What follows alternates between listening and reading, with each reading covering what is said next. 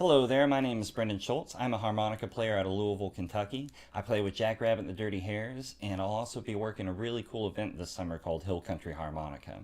Now, if you haven't heard of this event yet, it's going to be a 4-day extended weekend blues harmonica extravaganza featuring some of the biggest names in modern blues harmonica. They'll be teaching, performing, leading discussions, jamming, and hanging out all weekend.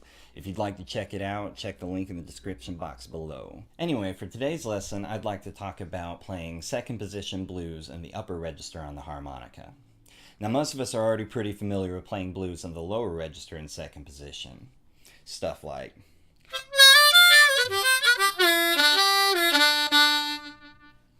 And some of us may know some pretty cool stuff way up on the top end, like...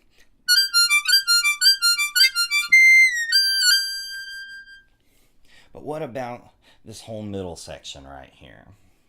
Things get a little tricky up there.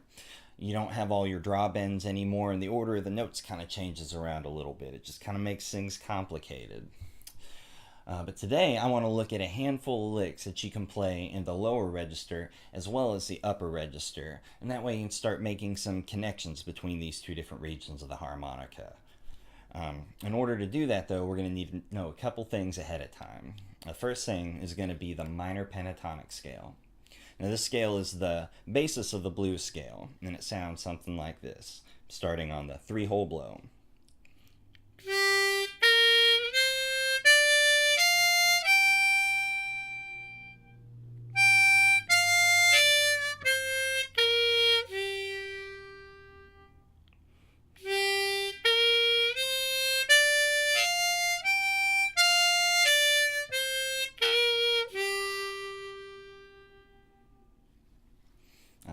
The other thing you're going to need to know how to do, in order to play that scale in the upper octave, you're going to need that 6-hole overblow.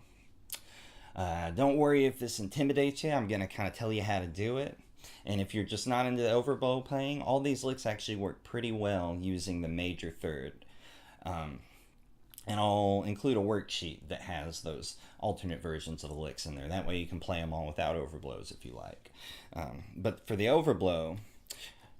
let's look at the 6-hole overblow here. Now, what's happening when you're doing this is it's kind of like if you've ever seen somebody stick something in the face of a turtle and he kind of shrinks back into a shell.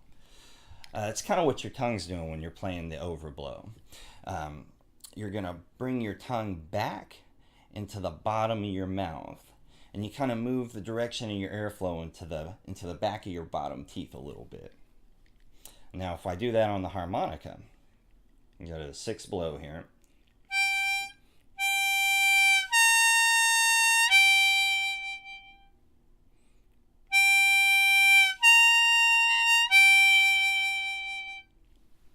And it's as simple as that. Now, on some really cheap diatonic harmonicas out there, these are going to be hissy, buzzy, squeaky, if they even come out at all. I do recommend getting at least a middle tier to upper tier harmonica to play these, but most of your middle tier to upper tier harmonicas from manufacturers like Hohner or Seidel or Suzuki are going to overblow just fine out of the box.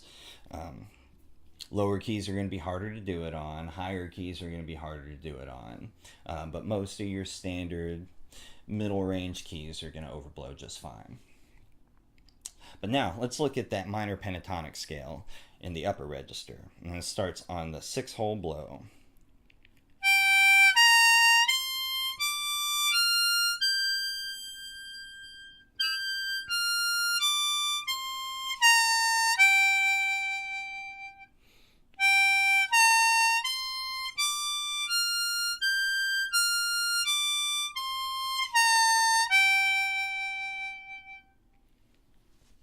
Alright, and that's the minor pentatonic scale, the 6-hole overblow. Now we're ready to get started on the licks. Now, our first phrase is kind of split up into 2 licks here, kind of a setup and a resolution, or a call and response, if you will. The first part starts on the 1-hole draw, and it sounds like this. 1, 2, 3. Do it again for you a little slower. 1, 2, 3.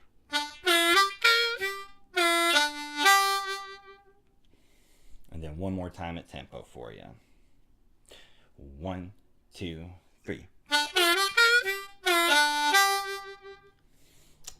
All right. So that's the call part of the phrase. Now the response starts on the 4-hole draw, and this is kind of a classic power blues lick. Sounds something like this.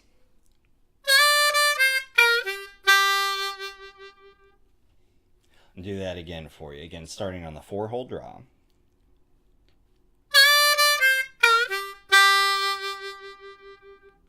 And when you put them both together, you get a really cool phrase that sounds like this.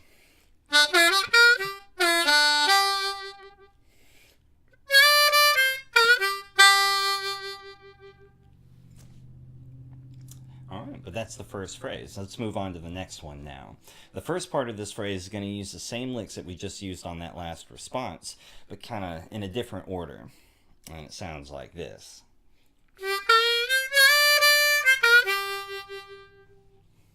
One more time for you, starting on the 3-hole blow here.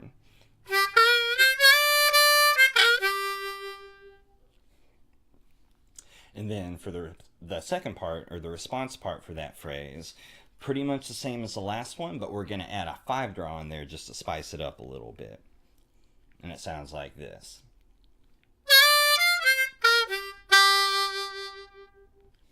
One more time for you, starting on the 4 draw.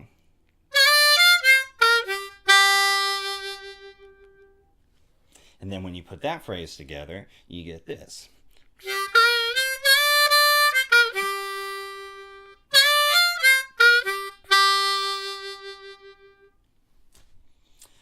Alright, now we got one more phrase to go.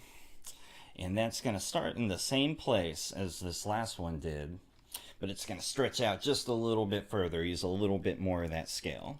Now, the first part again, we're going to start out on the 3-hole blow. And it's going to go like this.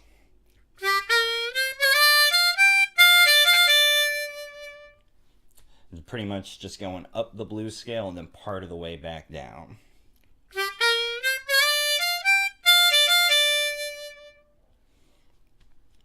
And then for the response part of this lick, we are going to use the 4-draw bend on this. And it's going to sound a little like this.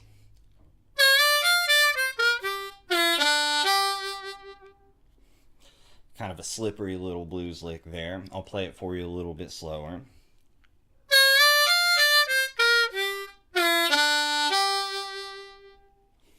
And one more time at tempo for you.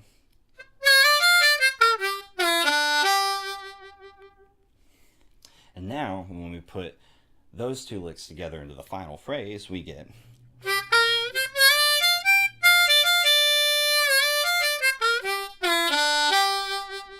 And that one's pretty cool. That was probably my favorite out of the 3. But anyway, when you put all 3 of those phrases together, you get a really cool little blues solo in the lower register in 2nd position. And it goes like this. 1, 2, 3. Rest.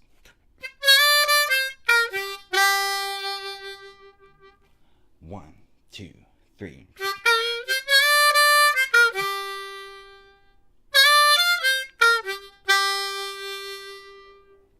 1, 2, 3.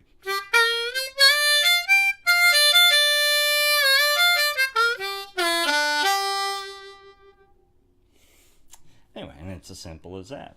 Alright, well this lesson's getting a little long, so we're going to go ahead and stop there for today. Make sure you grab the worksheet from the link in the description box below. It's going to have tabs for all the licks, the scales, as well as a few extra licks in there for you. Feel free to look ahead if you like.